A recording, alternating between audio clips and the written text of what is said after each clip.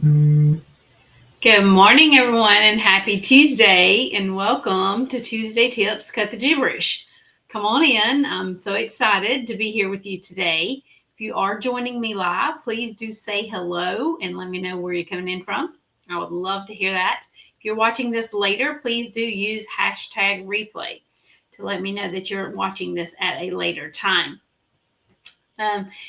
Also, if you are watching us on YouTube, we do stream on different social platforms. So if you're watching us on YouTube, please do hit the subscribe button or ring the bell so that you can be notified every time that we do go live. So this is Tuesday Tips, Cut the Gibberish, and today's topic is follow-up transactions.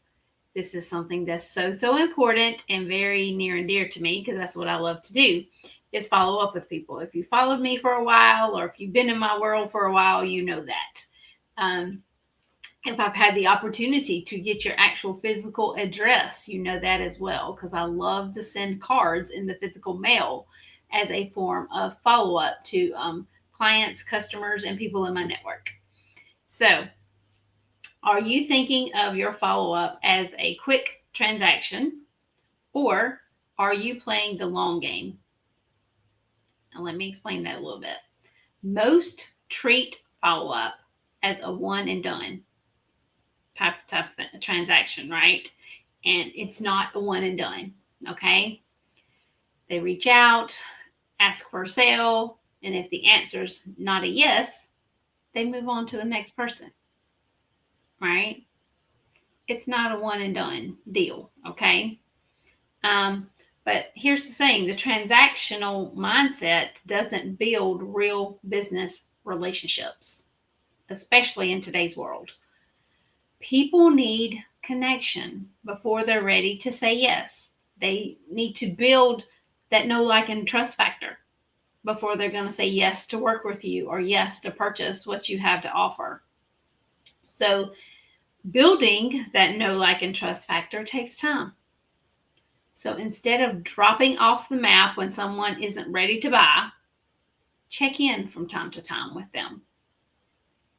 Just say simply, hello, how are you doing? How are things going? Etc. Offer something of value.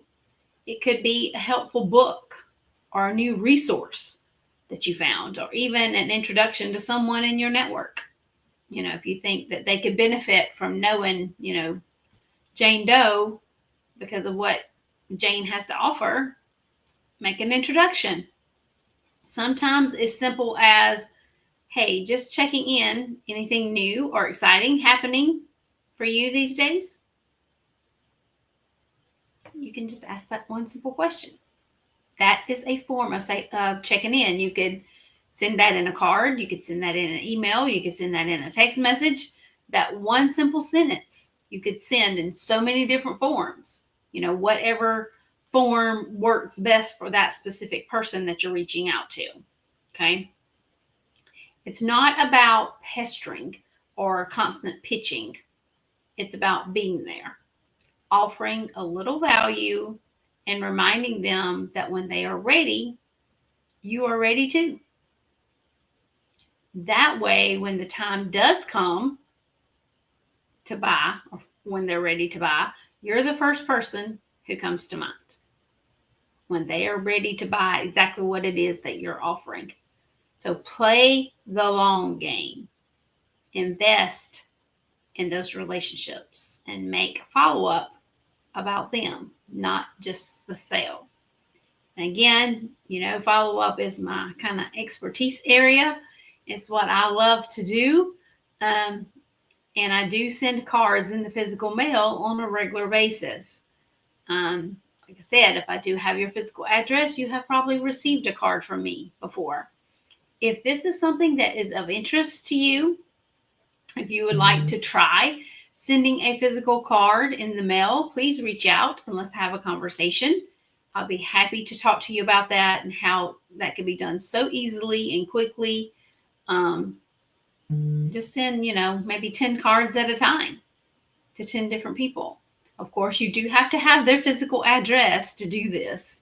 So, if there's certain people in your network or maybe your clients, I I do hope if you have 10 clients or more, you do have that information already on hand. And but you'd be surprised at the difference that it will make of them receiving a physical card in the mail. And I've also sent gifts with physical cards, such as maybe like a gift card or a couple of cookies or brownies or something of that nature. You know, something small and simple can make such a big impact. And definitely keep you top of mind with the person that's receiving it. You'd be surprised how many people I have sent a card or note to, sometimes with a gift, sometimes not. I do it both ways. Sometimes it's just the card that I send, depending upon what type of card it is I'm sending and the reason I'm sending it, right? So you can do the same thing. So if this is not part of your follow-up system, like I said, follow-up happens in so many different ways. And don't get me wrong, sending a card in the physical mail is not the only way that I follow up. I do it other ways as well. But it is one of my favorite ways to follow up, is to actually send a note or a card in the mail. And like I said, sometimes I do send a gift with it and sometimes I don't, just depending upon what the reasoning is of why I'm sending that specific card. You can personalize cards as well. With the specific way that I send cards, I can include photos. Like if I want to put some photos for that specific person I'm sending it to, I can.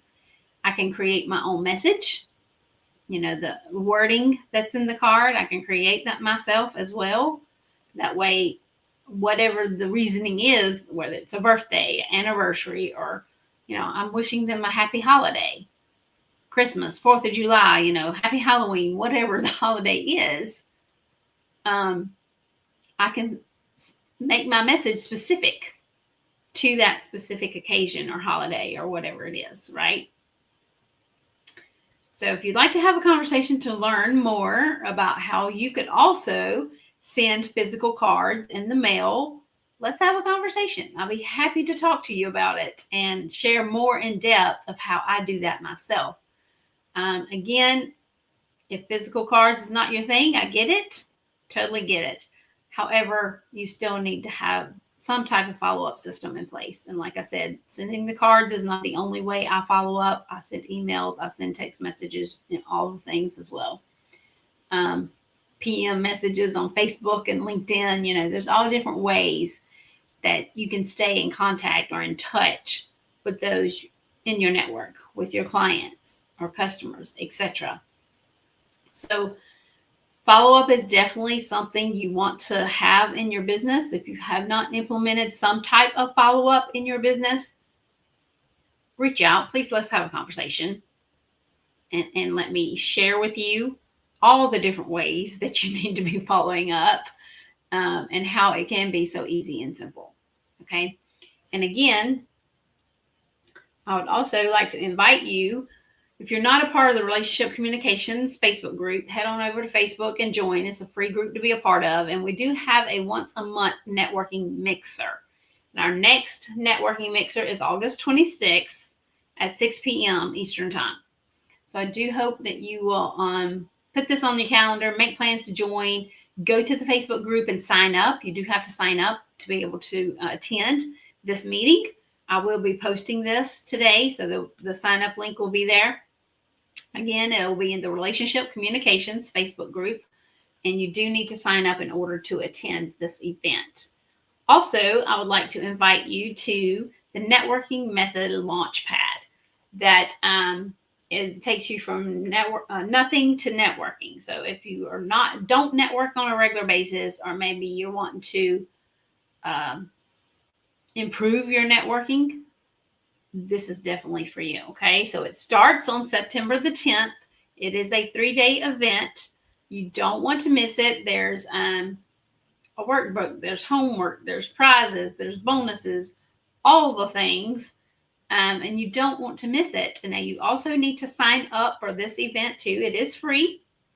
It's a free event to attend that starts on September 10th. But you do need to sign up for it. It happens in a private Facebook group. So in order to get invited to that private Facebook group, you do have to sign up for the event so that you can be invited over there to the private Facebook group where everything happens. So, yeah, you don't want to miss this. Like I said, there's so much involved that will help you start your networking or even improve your networking if networking is something that you already do within your business. So you don't want to miss this 3-day event. So please head on over to Relationship Communications. You can sign up for this event and you can sign up for the networking mixer as well in the Facebook group Relationship Communications.